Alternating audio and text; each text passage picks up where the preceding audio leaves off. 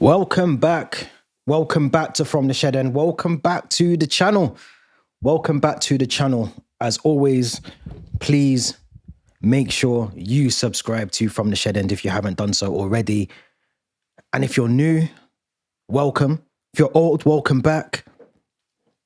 Like the video. All the rest of it. If you're part of the live stream, we're now streaming on Twitter or X, whatever they call it these days. We're on Twitter and we're on YouTube. So if you're a part of the conversation today, make sure you hit that subscribe button and you get involved. If you're part of the live stream, get involved in the chat. Get involved in the chat. It couldn't just be a regular Thursday, could it? It couldn't just be a regular Thursday where we just enjoy the sunshine and almost the weekend. We couldn't just be waiting for Enzo Maresca's press conference tomorrow. We couldn't just be waiting for 8 p.m. G-Tech Stadium Saturday evening. We couldn't just get through Thursday without some bombshell. That isn't a bombshell that we're going to talk about. The 74 charges, which apparently are new to people's ears. We're going to talk about that today. We're going to talk about Dario Essugo potentially out for 12 weeks. It's a massive delay to Dario Essugo. We're also talking about, which hasn't really been confirmed, but if you look at some of the training pictures, Cole Palmer looks like he's back in the fold for Chelsea as well. So we're going to cover all those three topics in this live stream as well.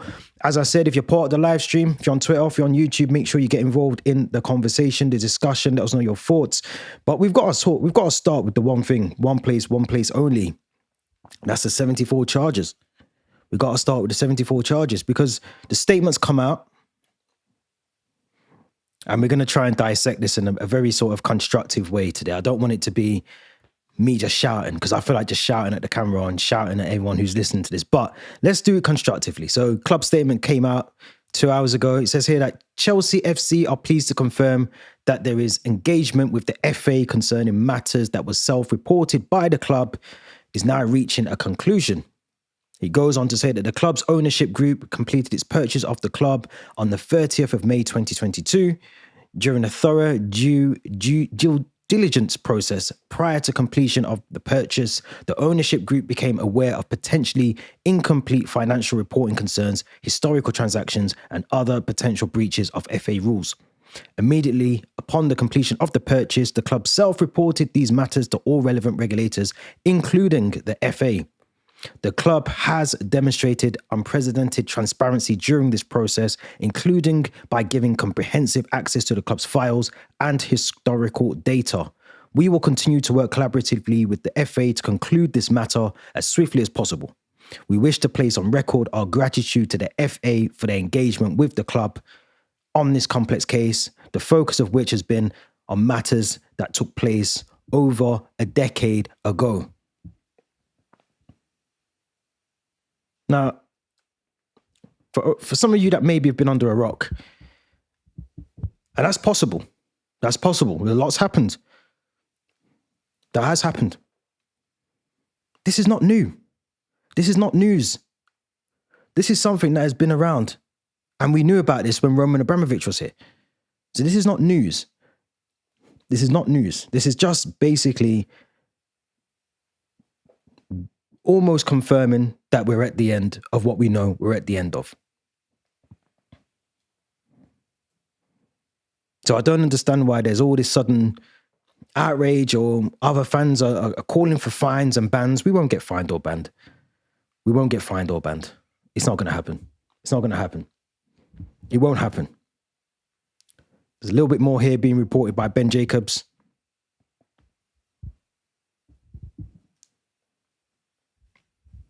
Which I think will give us a bit more of an overview. So Chelsea have been charged by the FA with 74 breaches of agent regulations. This is coming from Ben Jacobs, fresh off the press.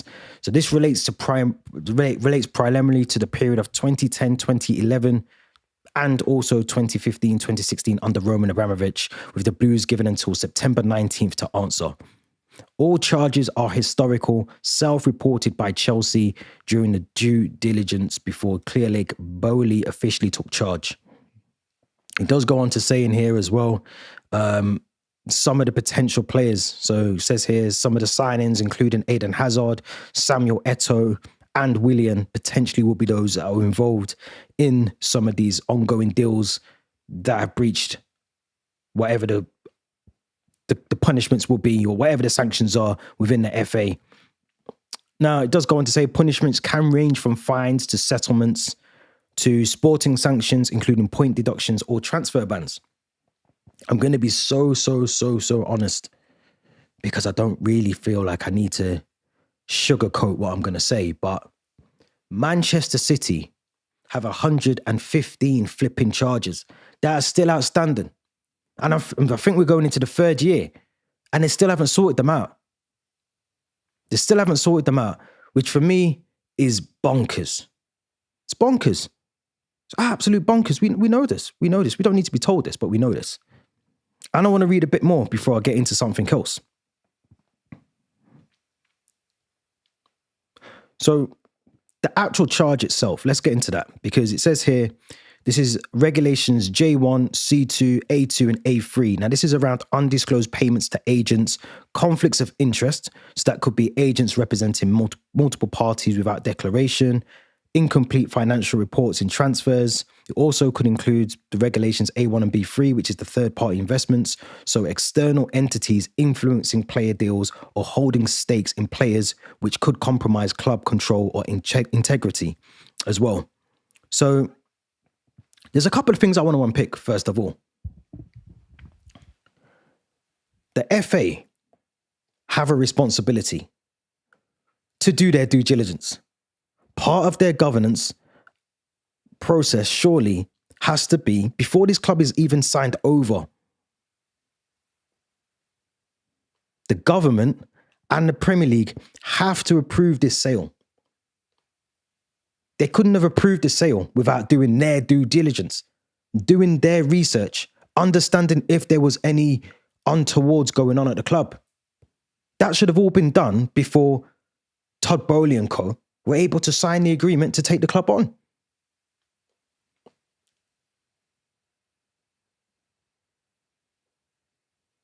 So as part of that, they do anti-money laundering. They do all those sort of stuff. No criminal ties to the funds that were being brought by as part of the club. No money laundering. Nothing like that. All that stuff gets done before the signing of the ownership changing hands from Roman Abramovich to Todd Boehly, Blue Co, and all the rest of it, Clear Lake. All of that happens before that happens. So there can be no issues with us suddenly, and we self-reported this. Let's not miss out the crucial elements of the conversation. We, as the club, reported this is happening. They didn't come and fish around and find finances and show. We've not disclosed this, and we've hidden stuff and data and this and that and all the rest of it. We told the FA as soon as the change of ownership was done. We told the FA. We told them it was there. This has got to be the worst kept secret. This is why I'm going online and I'm seeing everyone out in shock. We told them, this is here. We don't think this is right. You need to go and investigate it. So we've already done that. We've given all the data. We've given historical information. I'll be honest. I generally think this is down to, because let's not forget, the government still have Roman Abramovich's money. That money has not been passed over as it should have been nearly 3 years ago. This is all another delay tactic. This is what it all comes down to. Let's be honest. This is an honest conversation, an honest live stream. If you're part of it, subscribe, let me know your thoughts, get involved in the chat as well. This is all generally part of delaying the funds being released on the wish of Roman Abramovich. This is what it comes down to. This is what it comes down to. That money was meant to have been sent over to help the aid of Ukraine and Russia. Let's have it right as well.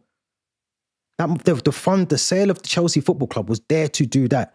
Provide aid to Ukraine and Russia. Now, the government have held back on that. And they're gaining interest on this money every single day. And let's not forget, we're talking a lot of money, not thousands, not millions. We're talking billions. The interest on billions of pounds a day is somehow, somewhere benefiting this country. Let's be honest. Benefiting the country. So of course, the longer the money stays within the country, it's going to generate more money for the country. Now, if we go, the dates they're talking about, let's find the dates again. So 2011, 2012, some of the players they're talking about, Fernando Torres. Again, he could be involved in that. Juan Cuadrado could be involved in that. Mohamed Salah could also be involved in that. So all of these deals, and bearing in mind, you have to do reporting. You have to do financial reporting every year. That's not just a football club. That's any business, self-employment, whatever. You have to do reporting. So you're trying to tell me the FA didn't understand that this was happening? Of course they did. Of course they did. This is a delay tactic to send the money where it needs to go from the sale, the proceeds of the sale of Chelsea Football Club, which should have happened and hasn't happened. This is what the problem is. I'm telling you guys, this is what the problem is. This is why I'm annoyed, because they knew this was happening. We told them it was happening. We're 2 years, 3 years, nearly 4 years down the line with this new ownership. 3 years. And this is now only coming up now. Man City, 115 charges. Chelsea, 74 charges, but we told them about it. If you can't read between the lines, I can't help you. Big up rich money makers in the chat. Chelsea have hired one of the biggest accountancy firms to analyze those data. I repeat, they haven't found no sporting advantage gained by the 3 players that was mentioned. I agree as well. I've heard the same. And you got to remember as well, the people that now own the football club, Clear Lake, Todd Bowley, all the rest of them, they're businessmen. They don't cut corners. They might do things that we don't agree with in terms of, the sale of the hotels or the women's football club or all of they find loopholes, but it's all above board. They're businessmen. They know that they can't get away with certain things. They know that if it comes back to them, they know what the ramifications of that are. Now, I'm not downplaying what's happened here. There's obviously something gone on, because if they found things, we've got 74 charges, and of course you have to address those things. But at the same time as well, this is 2 years in the making. In fact, no, this is before then. This should have happened in 2011 when it was happening then. This is all a cover-up. I'm telling you from now, it's a cover-up. It's a cover-up.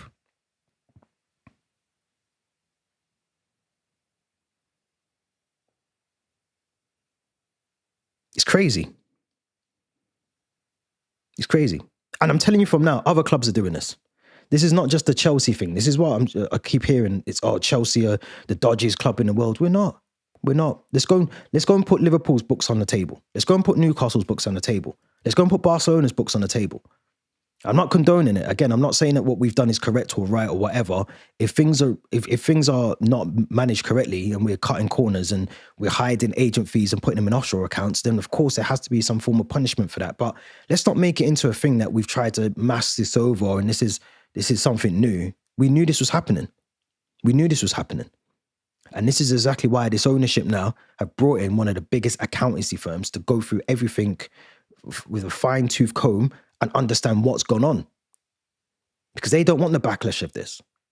But it goes back to my original point. The FA should have dealt with this when it was first reported, and even before then, as part of that government and Premier League approval, the seal of a stamp of approval that the Premier League and the government have to give before that sale can even happen between Roman Abramovich and Clear Lake. That should have been the time when they said, actually, you know what? Because it was all right then. They didn't care then because the money was coming out. They wanted Roman away from the club. And it's almost like they let it go. They didn't even think. They didn't care about it then because they wanted Roman away from the club. That's what it comes down to. They wanted Roman out of the club by any means necessary. He didn't care how they done it, but they needed this man away from one of the most richest things in England in terms of football. They needed him away from the club.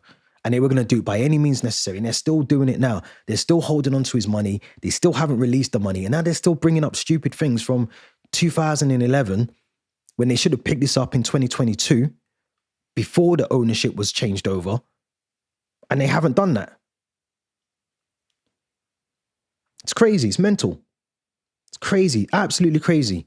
Being told they appeal, they get the punishment for a sporting advantage. If not, paid or settlement. It'll be a settlement. If anything, I think it'll be a settlement. I don't think there'll be any points deduction. I think this will be settled. And this goes back to my point. It's legal robbery. It's just a legal way to slap your hand, slap your wrists. Here's a couple of million. Don't do it again. There'll be no transfer ban. There'll be no points deduction. You know, I'm seeing people say we've got to give back trophies that we won over that period. There'll be none of that nonsense. There'll be none of that. It won't happen. It'll be, if anything, it'll be a settlement. And I wouldn't be surprised if they take it out the money they've already got anyway, because it's not the new ownership. This isn't the new ownership. They've still got money that they're holding of Romans anyway. So go and take it out the billions that you've got sat in a bank. As you can see, I'm not happy about this. I'm not happy about this at all. Rich Money Makers is saying in the chat as well, I don't think we'll get point deduction because other clubs will not report it. I agree. Yeah, exactly. Yeah, you can't relegate someone who's just, this is 74 charges. Bearing in mind, this is Manchester City, 115 charges. There's other clubs that have done, other clubs are doing these things. Other clubs. Let's not paint a narrative that it's just Chelsea that are doing this. Other clubs are doing it. And the problem was, obviously back then, you know, things were different. Agents were doing dodgy dealings. We know that from the same agent that was dealing with Carlos Tevez and Javier Mascherano had dealings with some of our players at our club. So we know that. We know that there was conflicts of interest. We know that. We don't need to be stupid about it. We know that there's things that's gone on that wasn't right. But let's just address it. Let's not all act all shocked and horrified that this is happening at a club. This has happened before. It will happen again. And I don't think we can blame Roman for this either. Because I know that's what the narrative will be. Roman is the one that's got to hold the burden on this. He doesn't need to. A lot of the chunk of his time at Chelsea, if you have to remember, a lot of the period of time he was at Chelsea, he wasn't even able to come into this country and watch the team that he owns. So let's not do that. This is people below Roman, no names, but there's people below him that were in charge of all these sort of things, directors of football, sporting directors, all the rest of it, that were in charge of all of these things. They were in charge of all of these things. And if they've messed up, they're not here anymore. But as I said, you've got billions of pounds sat in a bank account somewhere that you're unwilling to release from the UK government's perspective. The FA need to go and knock on whoever's door they need to knock on and get some of that money back and use that as part of the settlement. Because this new ownership ain't got nothing to do with this. And that's exactly why they reported it straight away. Because they knew straight away it was wrong. It was wrong. It's absolutely wrong. It's crazy. Exactly. He is the best owner in the world. We have to give him that. We have to give him that. The best owner in the world. 100%. 100%. He deserves everything that he's done for our football club and more, because there's not many, if any, owners that have done as much as Roman Abramovich has done for a football club. There isn't many or any. Let's be honest.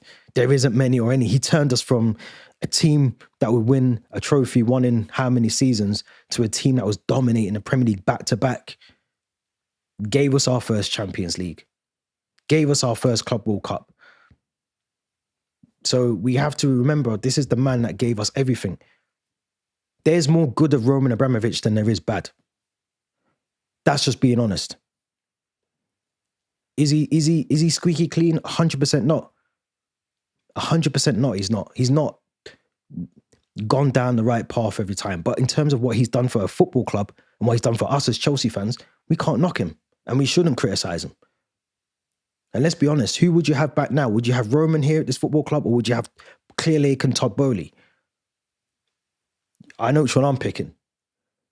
it goes without saying. It goes without saying. I think all of this is nonsense. I think it's absolute nonsense. And I think it should be, the whole ruling needs to change, because I'm just looking at the governance structure here. So 2022, March, this is when the takeover was happening. So in March 2022, we were sanctioned. They froze all assets. But then if you remember, they tried to freeze everything. So we couldn't even get a coach to go anywhere or get a plane to go to do anything. So they shut the mega store. Don't forget, we got completely shut down as a club. They tried to stop the club completely. They froze all assets, but then they allowed operations, sales with restrictions. If you remember, the stadium was half full, only season ticket, and I think members could get in, or maybe it was just season ticket holders could get into the stadium as well. They didn't want to increase the profits for Roman Abramovich. Then you have the owners and directors test, the ODT. So that's Bowley and Clear Lake. They passed that, fit and proper. The checks were done. There was no criminal ties, no it was all clean funding. Then you have, and this is the key bit. You have the government and Premier League approval. That happens in May 2022. Special license after Ukraine pledge review. Premier League board ratified post anti-money laundering due diligence. So at that point there, someone in the FA is messed up. Someone in the FA is messed up. Because at that point, before you do the endorsement, so the FA can't even endorse it at that point. That's just between the Premier League and the government.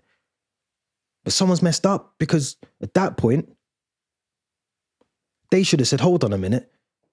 You've got X, Y, and Z player, and the agent fee doesn't match up, or this is that, and that's a conflict of, and that's when it should have been flagged, and it should have said, actually, hold on a minute, this sale can't go through.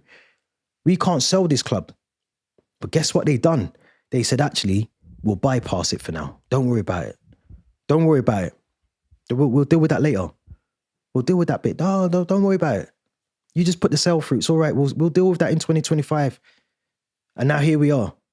But at that point, the Premier League and the government both should be also held accountable, because at the next stage after that, the FA endorsed the move. They endorsed the sale.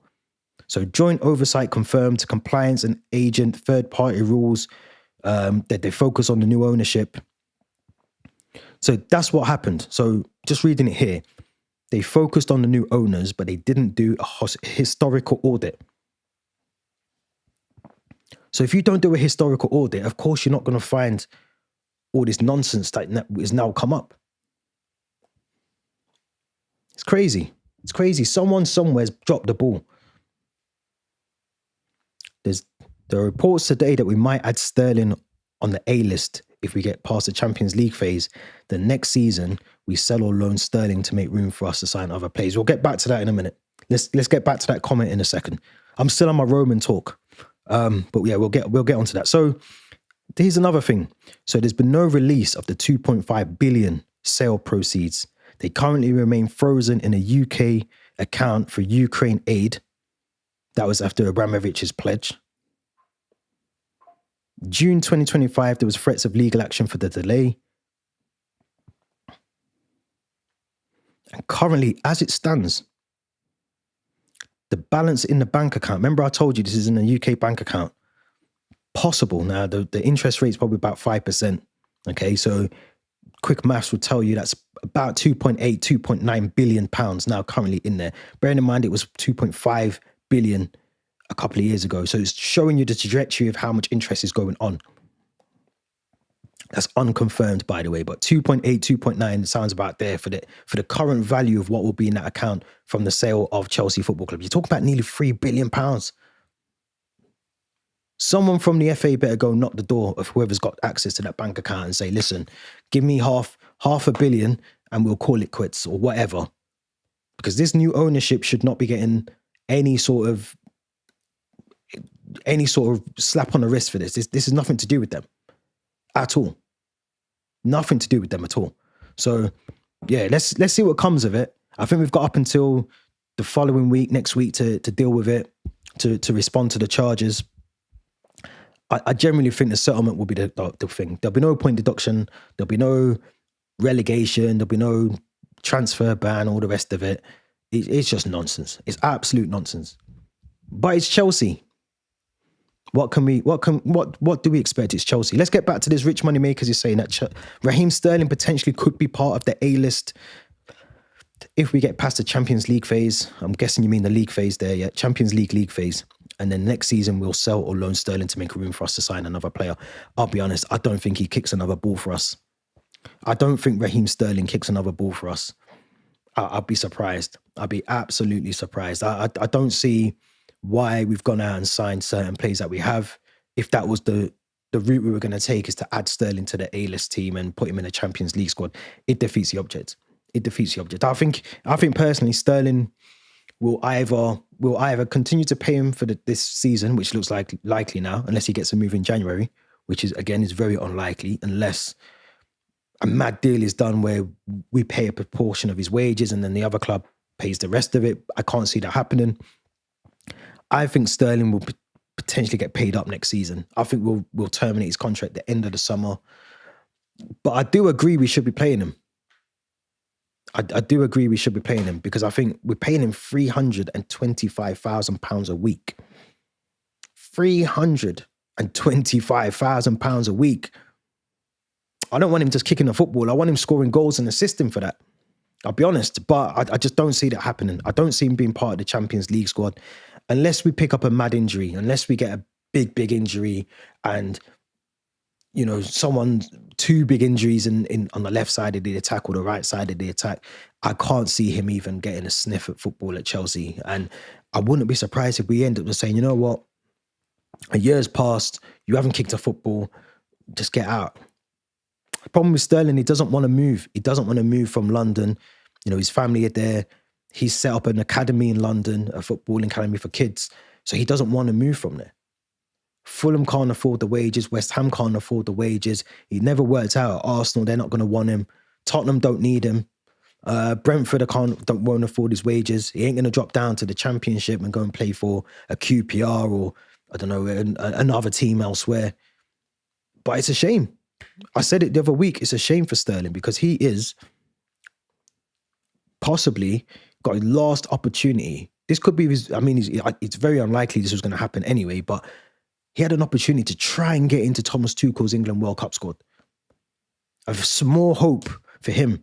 And it's almost like he's thrown that chance away. Just thought, you know what, let me just kick a football with the B team, the bomb squad, train on my own and collect £325,000 a week. I could be wrong, but for me, that is what it feels like with Raheem Sterling. That's what he wants. He doesn't want to kick football. He just wants to get £325,000 a week. Forget the World Cup, forget Thomas Tuchel, forget England. I've won what I need to win. I've got my academy set up in wherever it is in London. My family's settled here. I don't need anything else. And if that's his route he wants to take, fair enough. But I generally think we'll terminate his contract. I think in the next 12 months. I can't see us paying it out until the very end of his contract. It'd be crazy. It's like 36 million. We needed to sell Jackson to bring in players. Possibly. It's interesting with Jackson because I think with Nicholas Jackson, and we spoke about it on here. If you haven't already, check out the video. But we spoke about Nicholas Jackson because I think with Jackson, he's still a good player. He's still young. He's obviously very raw. We know that, but he's a player that I think can. I mean, he's not going to play 40 games. I don't think for Bayern Munich. You got Luis Diaz. You got Harry Kane. They're going to be above him in terms of pecking order. I think Leroy Sané is still there as well. So he's not going to be getting 40 games at Bayern Munich. Now, if I've read correctly, and I did a video on this last week, he has to play 40 games. And that does not include the German Cup, their domestic cup. This is literally Champions League and the Bundesliga. Now, I'm a bit of discrepancy around whether it's 40 starts or 40 appearances. Either way, it ain't happening. It's not happening. Let's get that one out of the way. It's not happening. So I generally don't know, unless Bayern Munich decide even at the end of that, which they still have the option to, whether it's in the clause or not, they can still attempt to purchase him after the loan. I don't think they will, because I don't think they'll have seen him enough. And they lose him for 4 to 6 weeks in January for the African Cup of Nations. So if he goes, I generally don't think we'll see him gone. I think he comes back to Chelsea and he might move on somewhere else. I don't think he'll end up at Bayern. I wouldn't be surprised. Maybe we try and give him another opportunity, but yeah, I don't know. It seems like an odd one. And just while we're on that subject as transfers, AC Milan goalkeeper Mike Maignan, I think you're talking about there. We're going to sign him in January. I doubt it as well. I doubt it. I know I think he hasn't signed a deal at Milan. So, he could potentially, we could get him either on the cheap or try and sign him for free in the summer. But I don't see that happening now. I think the window of opportunity was straight after the Club World Cup. And that's when we should have got him. But not even him. Let's be honest. Donnarumma, Ederson, Kelleher, 3 goalkeepers that we allowed to go to other clubs. Kelleher's at Brentford. I mean, penny for his thoughts, because he's come in, he's thought Thomas Frank's going to be there. Thomas Frank gets the Spurs job. And now he's stuck with, what's his name? I can't remember his name. I don't know why he's there at Brentford, the manager. But Kelleher, what a goalkeeper. We should have been in for him. We should have been in for Donnarumma for 25 million. I think Ederson went to Fenerbahce for 12 million. Those 3 goalkeepers, for me, are above and beyond Mike Maignan. And that's the problem. We sort of shot ourselves in the foot there. We didn't think about that one properly. We really never. And we shot ourselves in the foot. So we've only got ourselves to blame. Now we've got obviously the press conference, the pre-match press conference will be tomorrow. There'll be a lot of talk, I'm sure, around that. But we got to talk about Dario Essugo, who unfortunately looks like he's going to be out for a period of time. Let's find the latest on Dario Essugo. It looks like he's going to be out for some time. And it's unfortunate because I think we could have done with him. I think this is one of the reasons why he stayed at the club. I think this is one of the reasons why we kept him here. But it says here, it's part of the Athletic reporting, Simon Johnson, Chelsea fear Dario Essugo will be ruled out for minimum as well, of 12 weeks after having an operation on a thigh injury, meaning he may not be able to be available for selection until 2026. Essugo sustained a problem while away with Portugal under 21 squad, and it was determined he needed surgery after being assessed by medical staff. The midfielder has made 3 appearances for Chelsea since completing an 18.5 million move from Sporting in June, with the deal having been put in place 3 months earlier. Really, really bad news for us, because I think you're looking at Lavia. We know we can't continue to keep using Caicedo and Enzo week in, week out. We have got Andre Santos there as well, but I watched Essugo a lot in the Club World Cup when he made his sort of appearances here and there. And he was good. I'll be honest, he was good.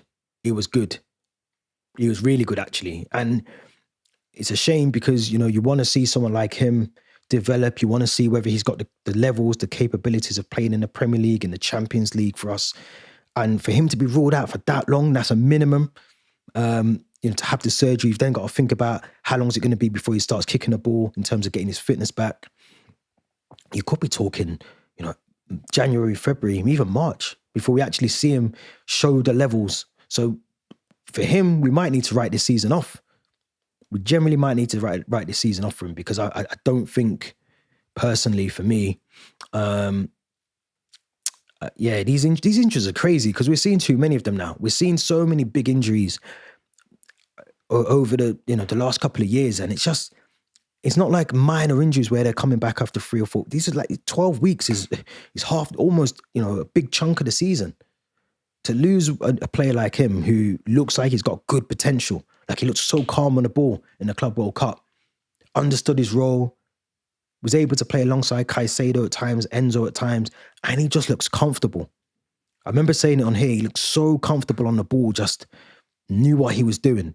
And it was one thing playing in the Club World Cup when certain teams were probably fatigued from the season before, or they just weren't up to speed, or they didn't have the quality that we had. But to see him in the Premier League would have been so different. Would have been so different. So let's hope he gets a speedy recovery, because I think, we kind of need to try and retain some of that. The one thing I think with our midfield is, as much as we've got options, left side of the attacking midfield, even in the 10, we know Enzo can play there, Estevao can play there, Palmer can play there. The right side, we got Neto, we got all sorts of options on the right as well. And even in the striker options, when Delap does come back, we got Mark Gui back, we got João Pedro there as well. So we've got options there. Even in our defence, you look at Badiashile, who's back in the fold now. There's talk about Axel Disasi trying to fight for his place. We know Colwell will eventually be back. Fofana, Chalobah, Tosin. So we've got options centre back. We've got Hato and Cucurella. We've got James and Gusto, Achiampong. The one area that I was always not really concerned about, but now I've suddenly changed my tune and I am concerned about, is the midfield. Because I think we can't really rely on the three of Santos, Caicedo and Enzo in every single game up until January, February, or even March next year.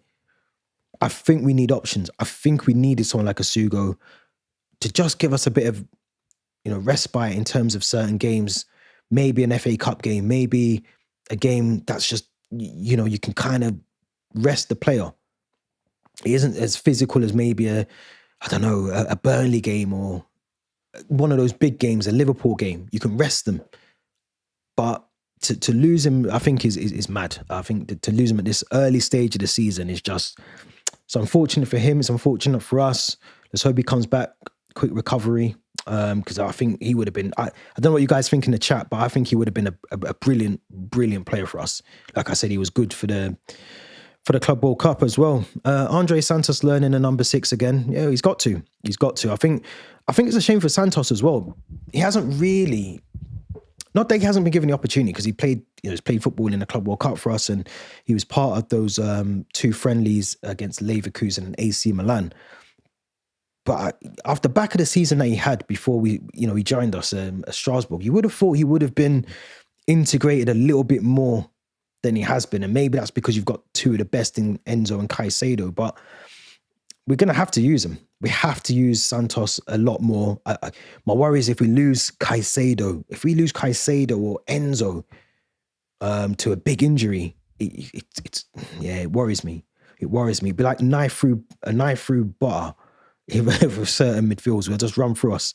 They'll just run through us. It'll be too easy for them. But let's hope it's a speedy recovery for Essugo, because I think, again, he's someone that we do need depth in our midfield. We really do. Really, really do. But this is gonna make everybody. This is gonna make everybody cheer up. If you're a Chelsea fan, this should make you cheer up, I'll be honest. After the way I started this live stream, you should be happy with this picture I'm going to show you, if you haven't seen it already. But here we are. The man himself, Cole Palmer. I did say at the very start of this, they've been teasing us with the photos a couple of days ago, showing him in a blurred background shot or trying to make sure he wasn't in direct vision of the lens of the camera. But Cole Palmer's back in training. I'm looking forward to seeing what he's going to do. I'm going to be honest. I'm looking forward to seeing what he can do for us, because I think Cole Palmer hasn't had the best 12 months, let's be honest. He hasn't. He's still put up the numbers. He's still put in the assists, but he could have done more. And that's my thing with Cole Palmer. When he comes back, because he will walk straight back into the team. If he's training now, what day is it today? It's Thursday. Our game isn't until Saturday evening. And it'd be interesting what the press I think it'll be interesting what the press asks Maresca tomorrow, whether he's going to be fit enough to start the game on Saturday or if he comes on as a sub. But let's be honest, I think, can you drop Estevao in the form that he's shown us already? Do we need to bring on Enzo maybe as the 10, and then we play Santos and you put Cole on the bench? Maybe you bring Cole in because we've got a big game. Don't forget, guys, we're in the Champions League. We've got a Champions League kicking off from next week. So we need to make sure that we've got someone like Cole Palmer, who I think Cole Palmer seems to thrive maybe a little bit more under pressure. Prime example, Club World Cup. He just thrives under this pressure. The game a couple of seasons ago, where the United game, last brilliant corner, he scores the winner. He thrives under pressure. I think when he's playing against a team where he's just been given time to maneuver on the ball and he can just, because he's that good, I think some of it's just effortless to him.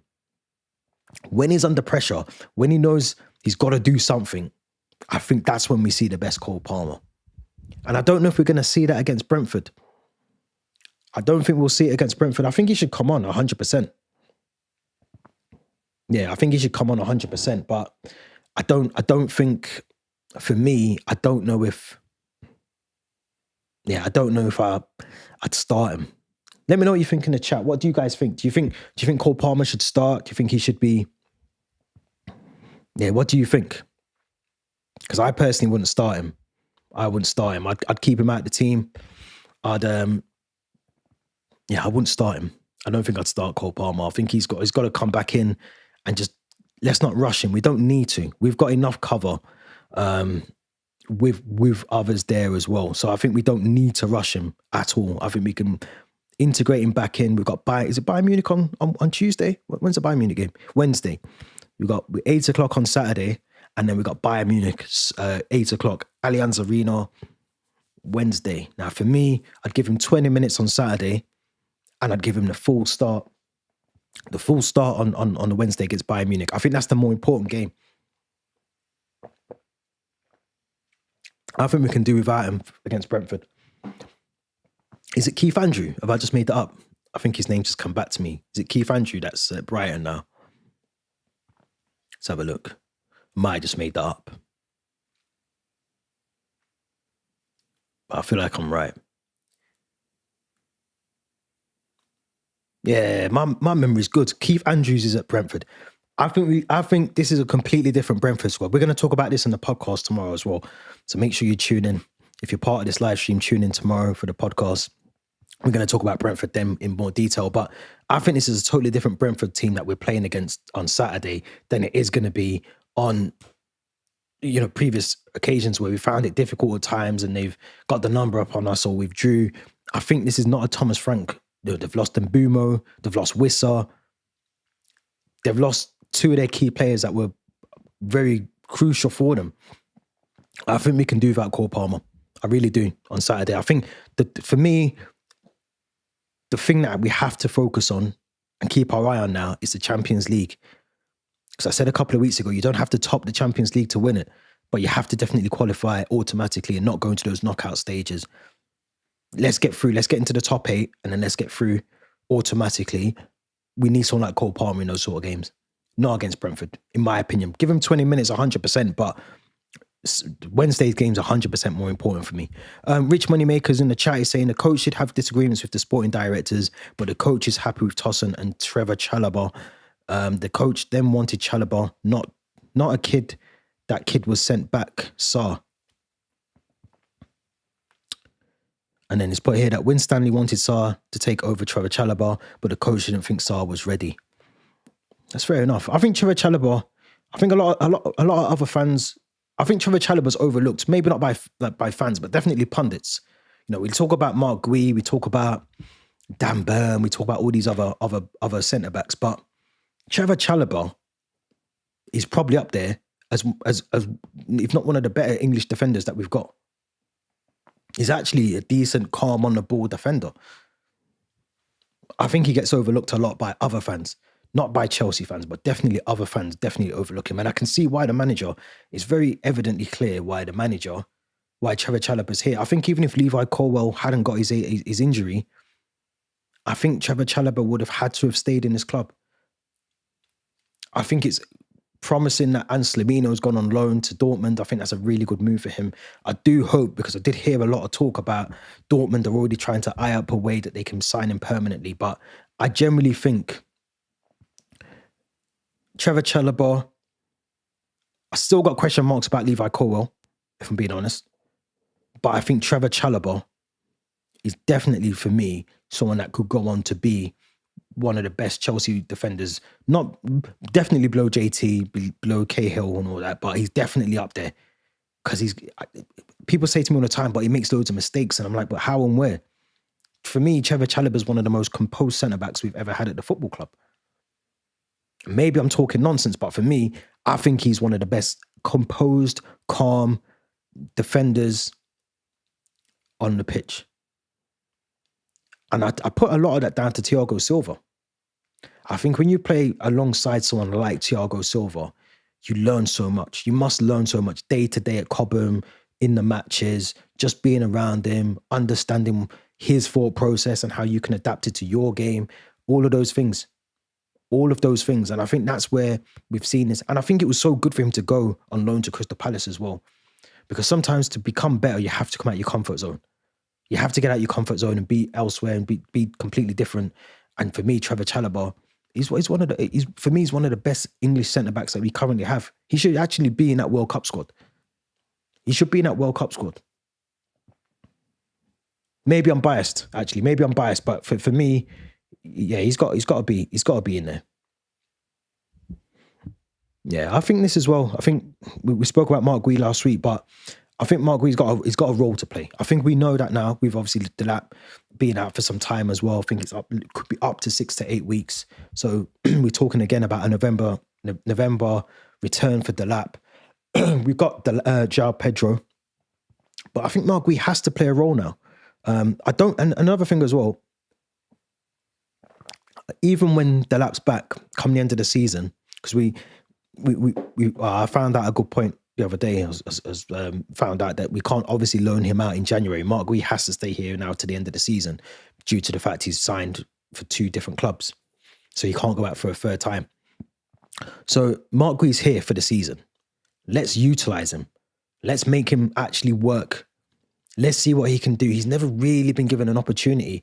You know, he done really well. I think he scored a hat-trick in the Conference League. He scored 6 goals in total in the Conference League as well. He scored 1 goal in his short spell at Sunderland. I think it was in the Cup. So he can prove, he's young, he's raw. You know, I think he scored 27 seconds into his Barcelona debut. He scored the only goal in that game. He's got talent. He's a talented player. I think we just have to give him his time. Let's not put the pressure on him like we did with Jackson. Let's just give him his time. Let's just allow him to train, learn, bring him into the game when we need to. If we're winning 2-0, 3-0, let's bring him on, give him some minutes here and there. Let him learn off João Pedro, just let him learn. Just let him learn. Let's not put the pressure on him like we did with Jackson. Because for me, at times, he actually looked better than Nicholas Jackson as the number 9. In terms of holding up the ball, linking up the play, breaking down the defence. He can do that. His physicality into the box. He's a very good player and he's young. And I think we need to just give him his opportunities rather than do what a lot of fans do online. They want him to be the next prolific 20-goal a season striker. He's not there yet. He's not there at all. A lot of fans are concerned that the coach will not play Mark Gui, but I can tell you that the coach likes Mark Gui. He will play him. He may do. I think he's got to prove himself as well. It's not just a case because he's here now, he gets minutes. He's got to prove that he wants the minutes. He's got to be up there with the João Pedros and the Liam Delaps and whoever. He's got to show in training that he can score, he can lead the line, he can be the number 9. If he can't do that, then he's not going to get the game. Maresca's definitely someone that doesn't just play people just for the sake of it. If you're not playing well, or he doesn't think you're up to the standard, or you're not ready for this game that's coming up, he's not going to play you. It's as simple as that. Yeah, I agree. Good at set pieces. Very good at pressing players. He is very good, and he's good at handling low blocks. I agree. Yeah, I agree. I agree with everything Rich Moneymakers is saying in the chat. I think he's one of those players that is very difficult. If you're a defender, it's very difficult to mark a player like Mark Gui. So we'll have to see. But we are going to be talking a lot more tomorrow. Obviously, the press conference will be done by the time we hopefully go on live tomorrow. So if it isn't, we might be doing it whilst the press conference is running. If not, we'll do it after and all the rest of it. We'll have our predicted lineups, predictions, score predictions, all the rest of it. Some international break stuff, injury news, We'll talk a bit more about this, the charges as well from the FA all tomorrow on the podcast. So make sure you join us here tomorrow live. We're going to be here. Don't forget to subscribe, smash the subscribe button, like this video. We're now on Twitter, as I said at the very start of this. So I think there's a lot of you joining on Twitter, to be fair. Yeah, there's 78 of you joining on Twitter, so appreciate that. We'll be back tomorrow. Until then, enjoy your Thursday. Up the Chelsea.